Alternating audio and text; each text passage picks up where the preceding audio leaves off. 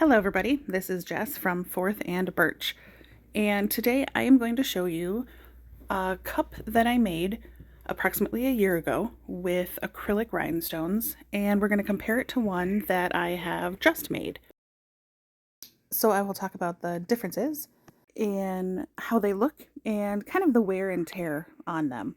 So when I had made the cup initially in my tutorial on YouTube, we did talk about the difference between glass and acrylic rhinestones. And remember that glass beads do not have a coating over them. The color that they show is the color that they are. And if there is any sparkle or color change to them, it is on the bottom, the base of the stone. It is not a coating on the top that they utilize to give it that effect. Acrylic stones, however, are basically made out of a type of plastic, and some of them have a coating on them. So this one, both of these cups are the same stone, but this stone that I used is called Aurora Borealis, or AB. So that means it has a coating on top of it. So the stone underneath, the acrylic stone, is purple. And I'm going to zoom in here to try to find some of the larger stones. And you can see that some of the larger stones have that coating, that AB coating, that has rubbed off. There's a little cluster right there of them, and you can see the purple stone underneath is visible much more so than it was when I first made the cup. And what this ultimately does, here I think I have a better one that you can kind of see right there. So you can see the coating that's been removed. So it exposes the purple stone underneath, and it happens mostly to the larger stones.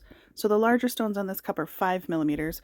So when you're rubbing, touching, using the cup in normal day-to-day operation type things, and putting it in a cup holder, there is just more contact with those larger stones and your hand or the general outside world.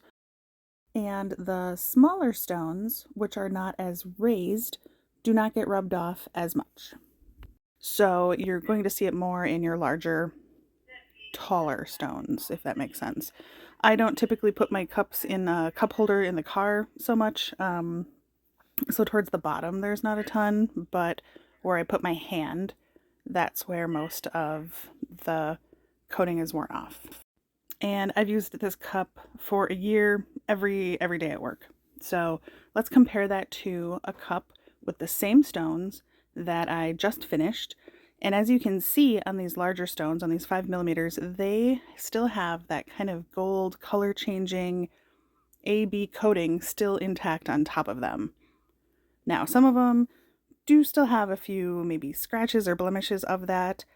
That's just part of the manufacturing process, perhaps, or being in the bag, hitting some of the other stones, but it's certainly not as rubbed off or noticeable as you can see on the used cup. So here they are together, and unless you know really what you're looking for, it might not actually be that noticeable. When you compare them, sure, maybe, but this is just something to think about when you are making a cup. So here you can see kind of the wear and tear rubbed off with the year-old cup versus here we have the new cup. So rhinestones are pricey a bit. I mean, you can find some cheaper ones, but the glass are definitely more expensive than the acrylic. So you're absolutely welcome to use the glass. I have plenty of cups that I've made with them, and the glass is beautiful. However, if you are thinking about selling these cups, you have to decide what price point you want to be at. So they are time consuming to make. They just are. So your time is worth money, right? So if it takes you longer to make a cup, you should charge more for it. That's your time. That's not free. And if you add glass stones on top of that and have to cover your costs, and for some customers, that can be a bit of a sticker shock and maybe even a deal breaker. So personally, when I have cups displayed at a show, I will have both glass and acrylic. I don't think that the general population or most of our customer base has a preference as to what type of stone we use or what the stone is made of. So if you have someone that was looking at a glass stoned cup, but they're concerned about maybe the price, you could maybe show them one of your acrylic cups. And that is typically just as acceptable to them, but at a much lower production cost for you, which ultimately means a better price point for them, which you have to think about when you're selling cups.